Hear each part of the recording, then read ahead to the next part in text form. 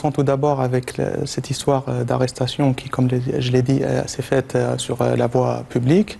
donc en contravention des immunités et privilèges qui sont prévus par l'ensemble des textes et des conventions internationales et dont bénéficie l'agent consulaire concerné, mais aussi en faisant fi des usages et des pratiques qui doivent prévaloir entre États en la matière. Est venue ensuite la phase des auditions. Et à ce moment-là, il y a eu un argument tout à fait grotesque qui a été utilisé pour motiver cette arrestation, en l'occurrence le fait que cet agent consulaire son téléphone ait été borné à côté de l'adresse du domicile d'un délinquant notoire dont on a utilisé cette affaire pour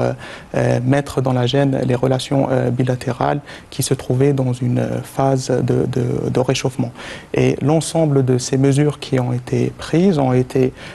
décidées à l'instigation de services sous la tutelle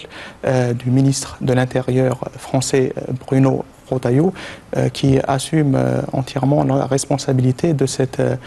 nouvelle situation créée dans un contexte tout à fait particulier, car je veux rappeler qu'il y a eu l'entretien téléphonique entre les deux chefs d'État le 31 mars dernier. C'est un entretien téléphonique qui a permis d'acter cette volonté de renouer le dialogue entre les deux pays et de donner à la relation bilatérale une ambition tout à fait nouvelle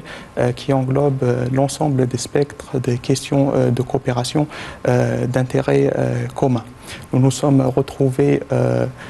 dans une nouvelle dynamique et l'Algérie s'est pleinement engagée à travers l'invitation qui a été adressée par le ministre d'État, ministre des Affaires étrangères à son homologue français qui a effectué une visite en Algérie quelques jours après cet entretien téléphonique.